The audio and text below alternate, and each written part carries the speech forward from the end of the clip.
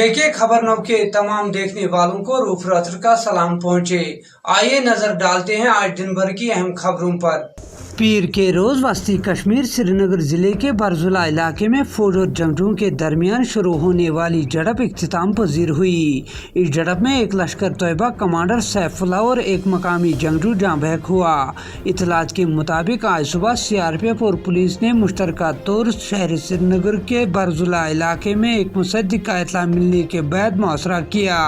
इस दौरान जंगजू ने फौज की तलाशी पार्टी पर गोलियां चलाई, जिसके बाद दोनों अतराफ से गोलियों का तबादला शुरू हुआ। आखिर पर इस झड़प में एक पाकिस्तानी और एक मकामी जंगजू जाँ बहक हो गया। Director general of police Dilbag Singh ने कहा कि इस साल अब तक 75 ऑपरेशन अंजाम दिए गए। इन 75 ऑपरेशनों के दौरान तकरीबन 180 जंगजुओं को जाँ बहक किया गया।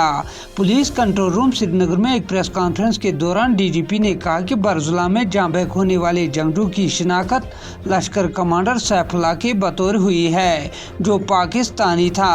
उन्होंने कहा कि ये जंगजू हालिया नौगाम और पांपोर हमले में मुलव्वस था। हम लोग ये आपको बताना चाहते हैं कि पिछले 5 दिन के अंदर ये चौथा कामयाब ऑपरेशन है। 7 तारीख को सुगन शोपियां में ऑपरेशन हुआ था, 9 को कुलगाम में, 10 को पुलवामा में और आज 12 को जो श्रीनगर सिटी का ऑपरेशन। इसमें 10 टेररिस्ट जो हैं वो पिछले 5 दिन में 4 ऑपरेशंस में मारे गए हैं। आज के ऑपरेशन का खास बात यह है कि इसमें लश्कर का टॉप कमांडर सैफुल्लाह, जो पाकिस्तान का रहने वाला है, वो मारा गया है। और सैफुल्लाह जो ये पिछले एक के बाद एक 3 मेजर अटैक्स में शामिल था। कैसरमुल्ला बडगाम में कुछ ही दिन पहले सीआरपी की पार्टी पर अटैक हुआ था, जिसमें एक एएसआई हमारे शहीद हुए थे। कुछ ही रोज़ पहले 7 तारीख को कंडीजाल में सीआरपी की दूसरी पार्टी के ऊपर अटैक किया था, जिसमें 2 सीआरपी के जवान शहीद हुए और 3 और जख्मी हुए। उसके बाद एक और अटैक कंडीजाल के एरिया में कानवाई के ऊपर किया था। उस कानवाई में जो अटैक था उसको रिपल्स कर दिया गया था। और नौगाम के बगल में जो पुलिस के 2 जवान, आर्मड पुलिस के जो 2 मारे गए थे, उसमें भी सैफुल्लाह और आदिल अलियास टिप्पू सुल्तान शामिल थे। आदिल भी एक एनकाउंटर में पहले ही पुलवामा में सिरहामा में एनकाउंटर हुआ था, उसमें मारा जा चुका है। इस साल में अभी तक 75 कामयाब ऑपरेशन हो चुके हैं, जिसमें 180 दहशतगर्द मारे गए हैं। इसके अलावा 138 दहशतगर्द और उनके एसोसिएट जो हैं वो गिरफ्तार किए गए हैं। इस साल की ऑपरेशनल अचीवमेंट्स का ये जो अपने आप में एक रिकॉर्ड है। पिछले साल के मुकाबले में जो दहशतगर्द मारे गए उनकी तादाद भी पहले से काफ़ी ज़्यादा है, और जो गिरफ्तार किए गए टेरर एसोसिएट्स और एक्टिव टेररिस्ट उनकी तादाद भी पहले से काफ़ी ज़्यादा है। एक ख़ास बात और है कि परसों जो इनकाउंटर हुआ उसमें एक दहशतगर्द ने जिंदा अपने आप को सरेंडर किया। जैसा कि हमारी पॉलिसी है कि अगर कोई ऑपरेशन के दौरान सरेंडर करना चाहे, हम बार बार मौका देते हैं। ये पहला मौका है कि उसमें डोडा के रहने वाला फिरदौस जो मिलिटेंट है उसने सरेंडर किया ऑपरेशन के दौरान।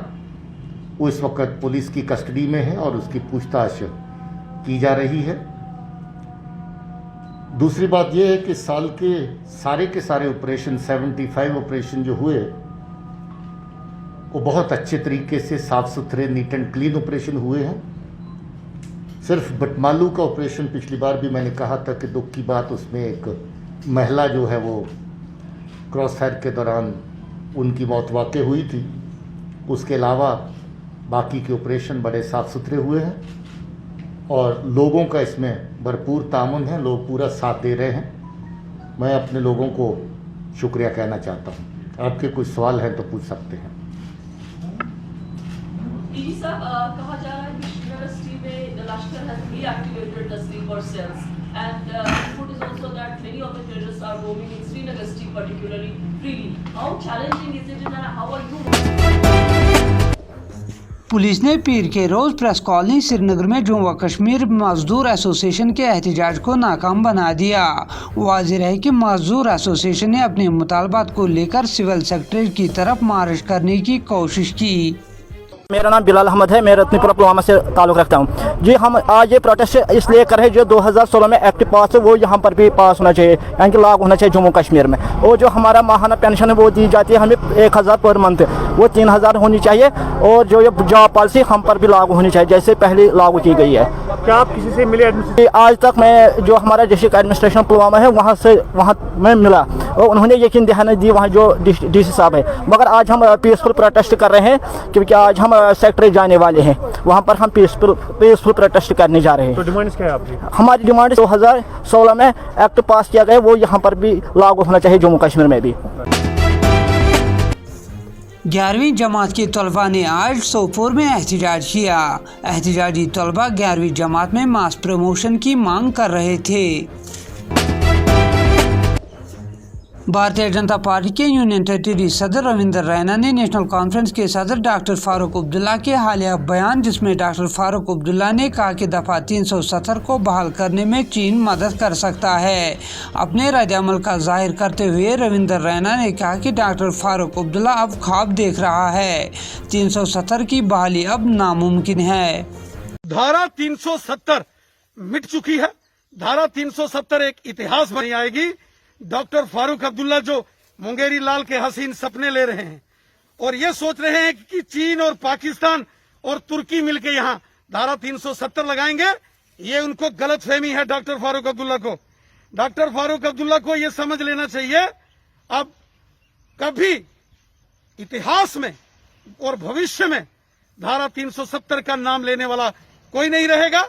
ये धारा 370 अब मिट चुकी है। इस देश के अंदर नरेंद्र मोदी साहब की सरकार है और गृह मंत्री अमित शाह साहब हैं, जो देशभक्तों की सरकार है। ये आतंकवाद, अलगाववाद और पाकिस्तान को जन्म देने वाली धारा 370 के कारण पिछले 30 सालों में लाखों लोगों ने जम्मू कश्मीर के अंदर अपनी जानें दी हैं।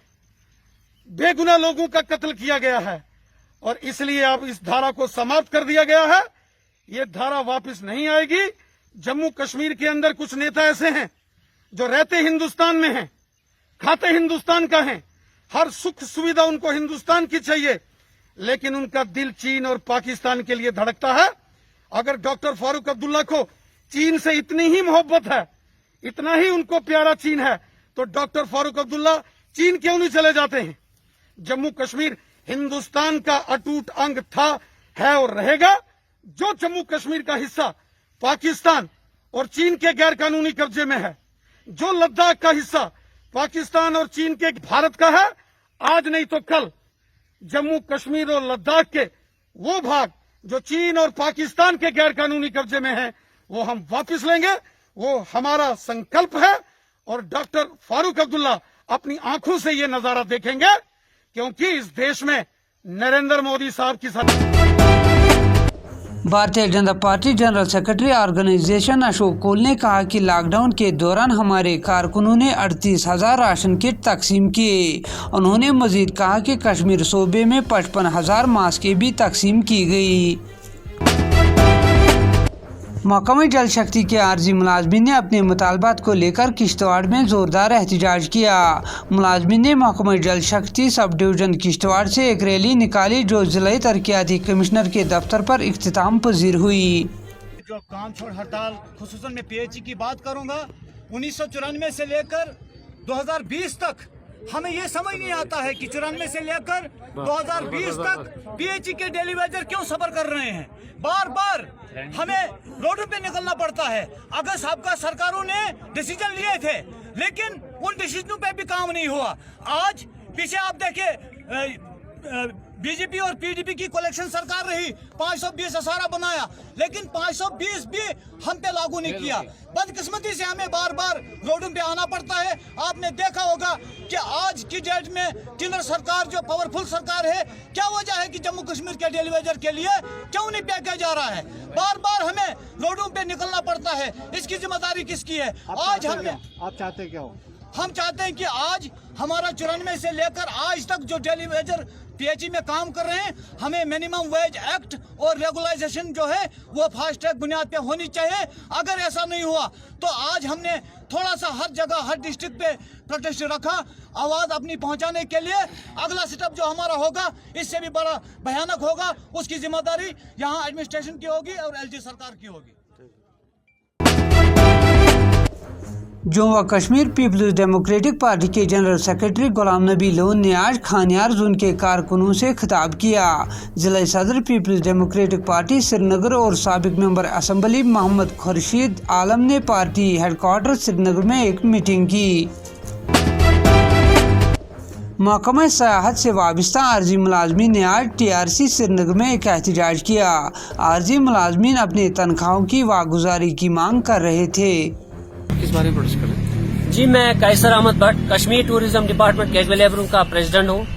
आज जो ये प्रोटेस्ट हम यहाँ डायरेक्टरेट ऑफिस के सामने कर रहे हैं, इसलिए कर रहे हैं कि हमारी तनख्वाह जुलाई 2014 से पेंडिंग है और हर डिपार्टमेंट में नए साल की बजट की तैयारी हो रही है, बजट बना रही है, लेकिन हमारा डिपार्टमेंट हमें हमारे साथ हमेशा नाइंसाफी करता है। हमें बजट में उन्होंने नहीं रखा है, हमारी वेजेस का बजट में नहीं रखा है। इसलिए आज हम सड़कों पर आने पर मजबूर हो गए कि हम ये बात आला हुकाम तक पहुंचाना चाहते हैं कि हमारे साथ कितनी नाइंसाफी होती है। हमने हमेशा पुरअमन तरीके से अपनी बात रखने की कोशिश की थी, लेकिन उस पर कोई गौर नहीं होता है। तंग आमद जंग आमद, आज हम मजबूर हो गए सड़कों पर आने के लिए। हमारी डिमांड यही है कि हमारी तनख्वाह जल्द से जल्द वागुजार होनी चाहिए और हमें बजट जो 2021-22 की बन रही है उसमें शामिल किया जाए। श्रीनगर पुलिस ने आज एक मुंशियात फरोश को गिरफ्तार कर लिया, जिसके कब्जे से नशीली अद्वियात की 20 बोतलें जब्त की गई। मुंशियात फरोश की शनाख्त तुलखन बिजबारा के गुलजार अहमद के बतौर हुई है। पुलिस ने इस ज़िम्मन में केस दर्ज करके तहकीकात शुरू की। जम्मू व कश्मीर पुलिस ने अस्करी सरगर्मियों में मुलव्वस 3 उस्तादों को PSA के तहत बंद किया। IGP कश्मीर विजय कुमार ने कहा कि शुपियां जिले में वाक़ा सिराजुल उलूम स्कूल पुलिस के ज़ैर निगरान था और अस्करी सरगर्मियों में मुलव्वस होने पर इन तीनों उस्तादों को गिरफ्तार किया गया। वाज़ेह है कि इस स्कूल के 13 तलबा अस्करी सफ़ों में शामिल हो चुके हैं।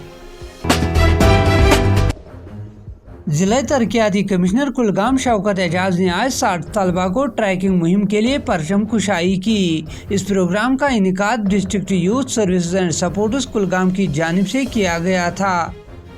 जो इस वक्त हमारी यूथ एंड स्पोर्ट्स डिपार्टमेंट का एक कैलेंडर ऑफ एक्टिविटी जो है, उसमें हमें बच्चों को ट्रैकिंग पे भी 4 दिन या 5 दिन लेना पड़ता है। इस सिलसिले में ऑलरेडी हमने 60 स्टूडेंट्स जो बॉयज़ स्टूडेंट्स हैं, उन्होंने 5 दिन का ट्रैकिंग कोर्स मुकम्मल करके वो सही सलामत घर तक पहुँच गए। और उसमें हमने ये भी इंश्योर किया कि इन सब बच्चों का पहले कोविड टेस्ट हमने लिया, फिर हमने एरो किया। इसी तरह आज हमने अपने बच्चों के लिए भी जो हमारे डिफरेंट स्कूल से right from 5th primary class up to higher secondary classes, इन सबों को हमने आज 5 दिन की ट्रैकिंग का जहाँ मुनासिब अरेंजमेंट सामने की है।